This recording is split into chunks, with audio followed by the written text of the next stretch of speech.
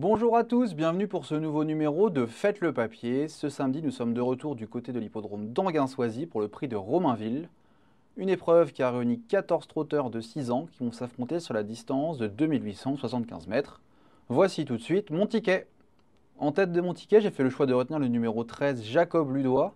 Le protégé de Stéphane Bourlier évolue encore en retard de gain à mon sens après avoir été longuement écarté des pistes en 2024. Il a signé deux très beaux succès, un du côté de Nantes, puis un autre à Vichy. Entre-temps, il avait Dessieux-Laval. C'est un cheval qui est capable de faire un gros dernier kilomètre. Il est très dur, il n'a besoin de personne. Et en plus, il découvre un très bel engagement ici dans cette épreuve. C'est à mon sens un candidat aux toutes premières places, puisque je l'estime en retard de gain, vous l'aurez compris. Ensuite, je lui oppose le numéro 8, Jas d'Ourville. Là encore, un cheval qui au papier semble en retard de gain. Il a été très longtemps écarté des pistes en 2024 lui aussi. C'est un cheval qui a bataillé à un niveau supérieur par le passé en s'imposant plusieurs fois du côté de Vincennes. Il a désormais 3 parcours dans les jambes, se présente déféré. C'est un peu le jour ou jamais, et si ce cheval, entraîné par Mathieu Abrivard, est revenu au top, il dispose d'une très belle carte à jouer.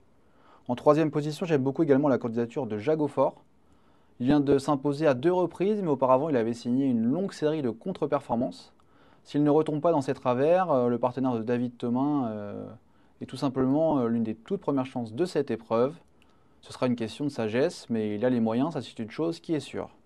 Derrière, également en quatrième position, je place le numéro 3, Jamais. Un cheval qui a peut-être un peu moins de marge, mais qui a une pointe de vitesse dévastatrice. Avec ce protégé d'Eric Bourneau, il faut que ça se passe bien. Maintenant, il retrouve Eric Raffin, qui l'avait mené au succès sur cette piste en début d'année. S'il a le bon parcours, il va finir très fort et il peut même gagner. Grande méfiance sur cette candidature.